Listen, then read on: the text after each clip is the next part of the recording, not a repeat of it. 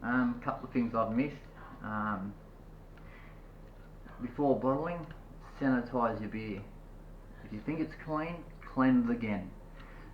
What I do is I fill my fermenter up with dishwashing liquid, soak it in dishwashing liquid for a while, give it a bit of a scrub, shake it like that, tip it out. After a while, then I rinse it with hot water, sit it aside. Once all the bottles are done, I empty out the fermenter, I refill it with water again and put my steriliser in. There's a couple of things you can use.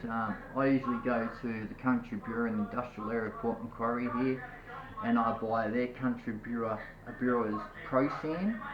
It's a highly concentrated sanitizer. It's real foamy sort of stuff foams up.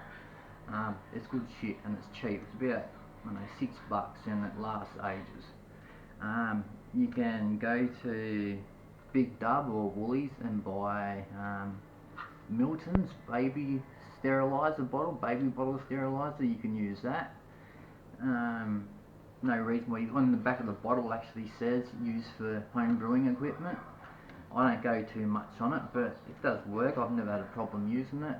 Today I've used bleach, just your normal regular home cleaning bleach. Instead of putting bleach in this, I fill up a big bucket, fill about a half a cup of bleach in, soak my bottles for a while anyway. I think I soaked them for about half an hour to an hour or something, but just as long as they're sanitised and that, and that's it. Also Parapower 2022 premieres.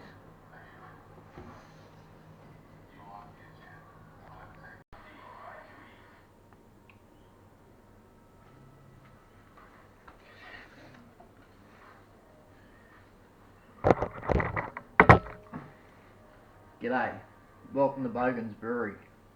Today I'm bottling beer. But someone asked me how do I bottle beer.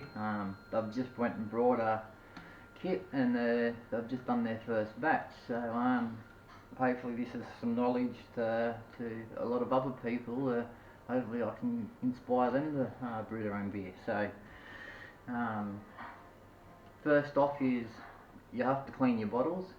Even if you're buying brand new from Big Dub, they suggest that you just rinse it out with hot water. I'd recommend sterilising them anyway. We're using Cooper's bottles. I'm not saying Cooper's doesn't sterilise them when they first do it. I know they probably do.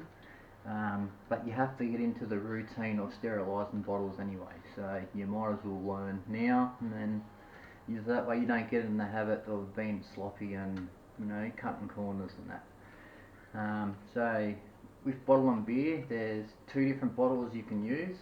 Today I'm using 740ml peat bottles you buy from Big Dub. The boxes are 15. They're $15 for one box. Sometimes they're about $12 a box.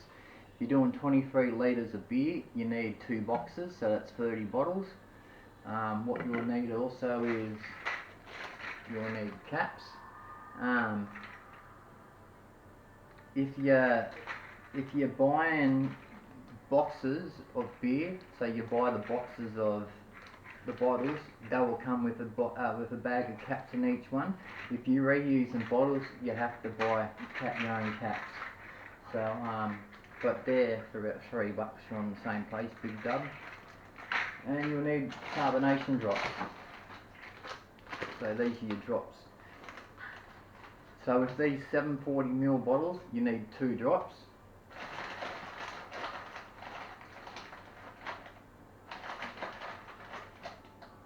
Right, so we get 2 drops. 1, 2. Turn the tap on. One thing you will need is a drip tray. I'm doing one trials, but I don't want to fuck Mum's kitchen up, so I'm using a drip tray. Right, so you turn your tap on with your sprig. It's got a little release valve there, so when you pull your bottle up, it will trigger your little release valve and it will fill from the bottom up. The reason why you use a sprig, because if I didn't have this sprig on and I was just pouring from the top, what that's going to do is once it hits the bottom, comes back up, it's going to be 2 things. It's going to create a big mess, and the other thing is it's going to introduce oxygen to your beer. You don't want oxygen in your beer. With the oxygen, Yeast doesn't like oxygen, okay? And not only that, you let oxygen get in, germs are going to get in, you're going to wreck your beer, and you'll be tipping it out. So with 2 drops in, pull all the way up to the frig hits the bottom. Once it goes in, you'll feel it and you can actually see it. It's starting to fill up from the bottom and it's starting to come its way up.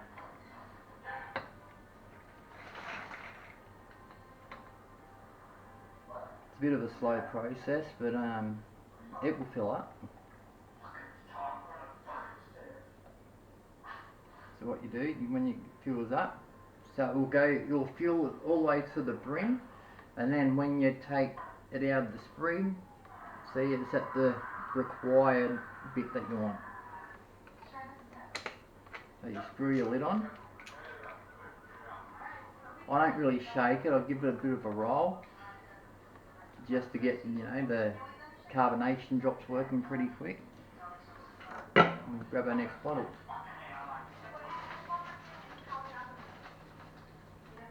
Once again, 2 drops. And start filling it up. If you're using stubby bottles, the 330ml stubby bottles or 375ml stubby bottles, it's 1 drop. You only use 2 drops if you're using long necks. If you don't have drops, you can use white sugar. I'm not sure of the measurement. You usually buy little scoops for doing your sugar. You got a big scoop and a little scoop.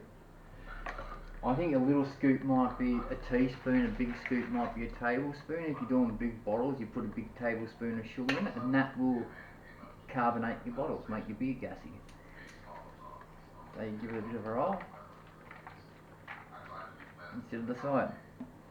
One thing is, if you're like me, after you buy that many bottles, you can reuse them for as long as you want. One thing I'd recommend is, from the old cap, it leaves the black ring around it. You will need to take that off if you're using new lids. If you're using old lids, it doesn't matter. The thing is, when you use new lids, it comes with its own ring. So if it's already got a ring on it and you screw it down, it's not going to lock in tight because you've got that on. So then it's a nightmare trying to take it off, and while it's full, trying to snap that ring off it. So once again, 2 drops. And fill it up. If you're using glass bottles, it's a different process. You'll need a big capper for locking down your caps. I think that's pretty expensive itself. Just for the capper itself is about $60. So by the time you get find bottles or buy bottles, buy your capper or your lids and that, it's going to be a fairly expensive process. You're probably better off just going and buying a carton of beer from the pub. So it goes on. Screw the lid down, bit of a roll. Like I said, you don't have to roll it, you can pack it away. I've rolled it, I've not rolled it. When I drink the beer, I don't notice a difference. Another thing is that once you do your beer, you got to store it for 2 weeks. I pull one out after a week and have a little swig on it just to see what you know, how's it doing. Is it tasting alright? Is the carbonation working good in it? But it's recommended 2 weeks you leave it. At a temperature between 21 and 27 degrees, preferably the same temperature as your fermentation. The reason why that is, if it goes over 27, you're at risk of killing your yeast. Some beers allow you to go to 35 degrees, but around 21 to 24 degrees is perfect, I reckon. If it goes under 18 or 16 degrees or something like that, your yeast goes to sleep. If that happens, you get cold nights and it goes under the 16 degrees, well, that's extra days you have to add to your fermentation, whether it's in the fermenter or in the bottles, because once your yeast goes to sleep, it's no longer going to be active. It's not going to work until it wakes up, pretty much. So, yeah, and that's it. That's pretty much it. If you're using glass bottles and you're priming it with white sugar, be careful that you don't make bottle bombs. bottles will explode, like glass will go everywhere, beer will go everywhere. That's due to too much sugar, high carbonation, and it will explode. Plastic bottles, however, I've had these swirled right out, so they've been like nearly as fat as Coke bottles. That was making ginger beer, that's using too much sugar, but I was fine using plastic bottles. Like, once again, they expand. So that's it. So happy brewing, and I hope you get something out of this, and yeah, get to it.